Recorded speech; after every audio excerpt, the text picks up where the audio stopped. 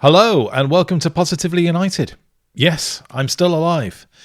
Sorry it's been such a long time since I posted a video. The day job has taken all my time over the last several days.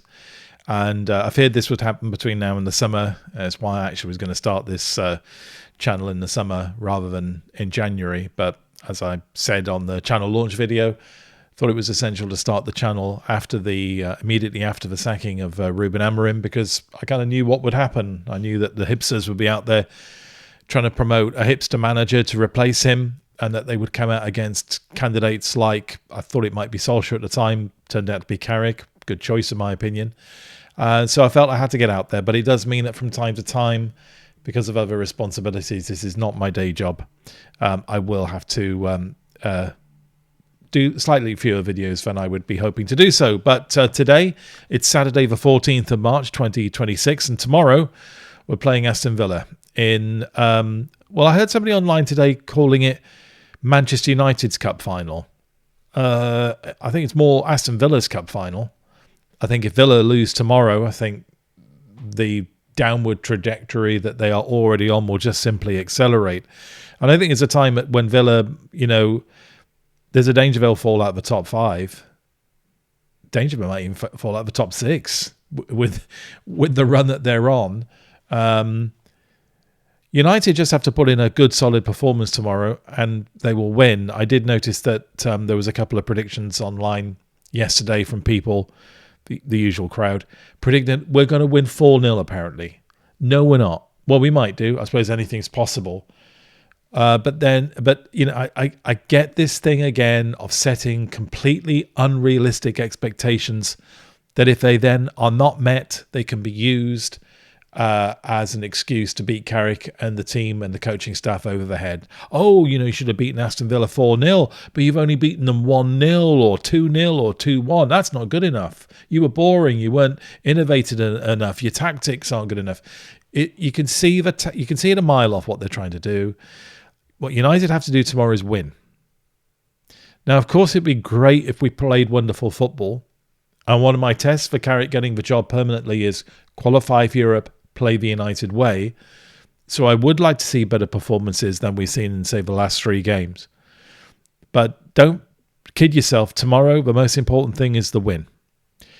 And with Chelsea losing at home today to Newcastle, we could be 6 points ahead of Chelsea if we win the game tomorrow against Villa. 3 points ahead of Villa.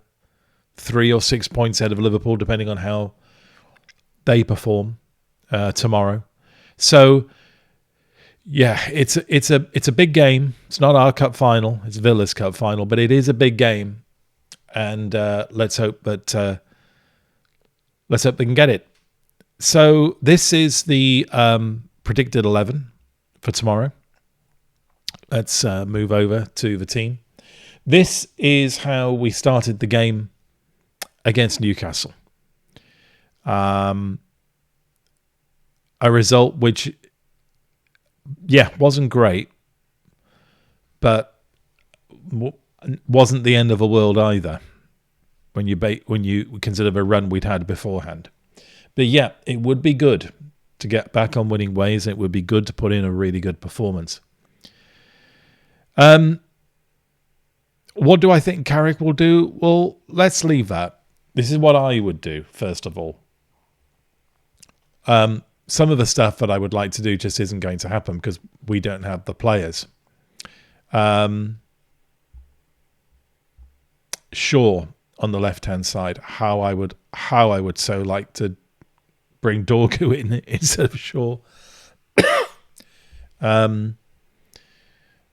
left back, I've got a feeling this is one season too long for Shaw. One season too many. He was really good as one of a centre-back 3, playing on the left of the 3 centre-backs, where he wasn't expected to do foraging runs up front. As a left back, I just don't think his body's up to it anymore, and it's really showing. So I would love to see Shaw rotated out, but it's not going to happen because we don't have a player to replace him. Dorgu's still not fit, and Harry Amas isn't fit or is on loan. One of the two. So it will be Shaw as left back. Maguire and Yoro, I should imagine, will still be the centre-back partnership because it looks as if Carrick's made his choice of Yoro. And in all fairness, I thought Yoro was actually good against Newcastle. I thought he got rid of his nervousness that he'd had in the previous 2 games. So I don't see any reason to drop Yoro. I wasn't massively impressed with Mazraoui playing at right back, but I still would like to have him playing because Dalot is even worse. So I think that back 4 will remain the same, whether it's me or Michael Carrick choosing it. Midfield, Casemiro and Mainu. Well, that's not going to change, and it won't change between now and the end of the season, injuries willing. And that's because we didn't get ourselves a midfielder in January, which was a mistake. Either a permanent or, more sensibly, would have been somebody on loan. Sorry, excuse me. So that's not going to change. Up front, Cunha, Fernandes, and Mbeumo are attacking midfielders. I think Mbeumo has dipped a little bit in the last couple of games, and I do wonder whether it is time for Mbeumo to take a rest. Not out of the team totally. I would expect him to come on as a substitute, but I do think it's time to give him a rest, and I think it's time to bring Ahmad back into the right wing, the right midfielder position. So I'd have him as on the left of the attacking midfielders. I'd leave Ahmad on the right, Cunha on the left. I'd still play Cunha. I know Cunha splits opinion, but to me, Cunha is the closest thing we have to Fernandes in the team, in the sense that Cunha can create moments of true excellence. Really, really brilliant player. And it comes in flashes sometimes, but when it comes, boy, is it good. So I would say, yeah, leave Cunha in the team. And up front, Šeško, I don't think he did anything wrong against Newcastle. He got terrible service. I think he needs an extended run. I think he stays in the team. So that is the team I would choose. I've got a feeling it's the team that Carrick will choose too. I think he will choose to put Mbeumo on the bench, bring Diallo in. I don't see him making any other changes. I don't see how he can make any other changes.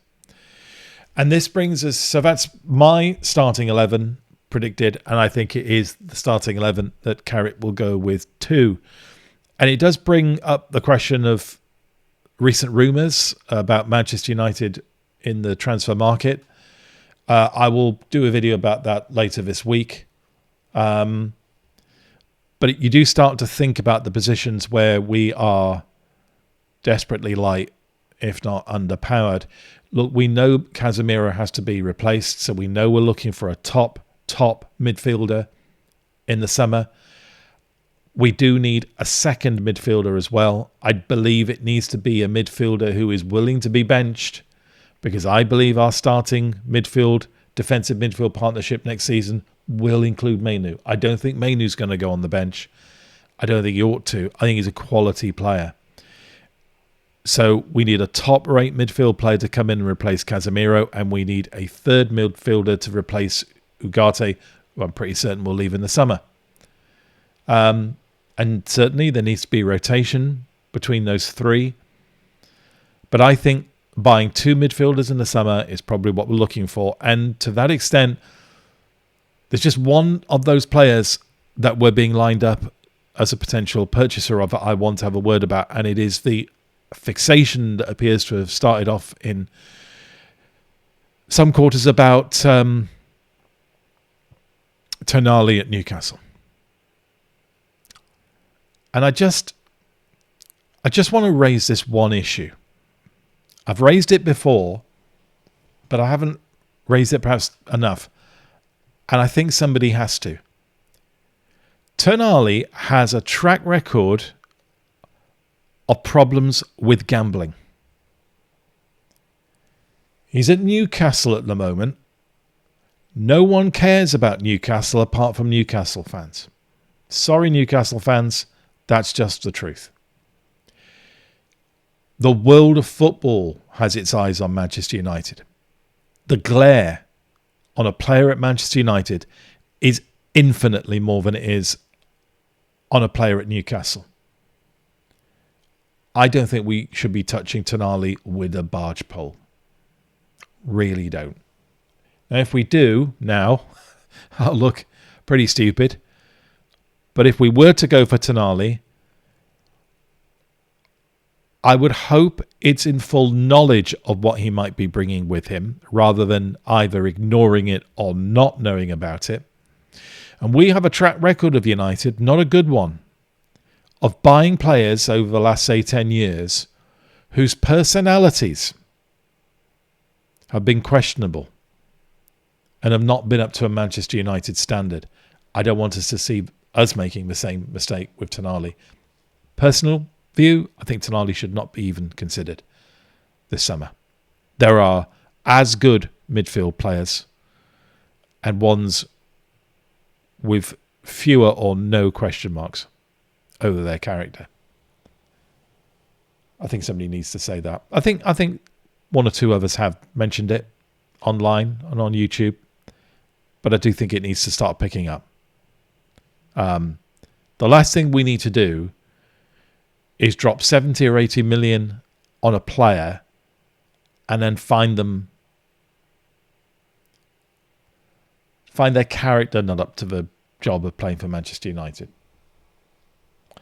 Adam Morton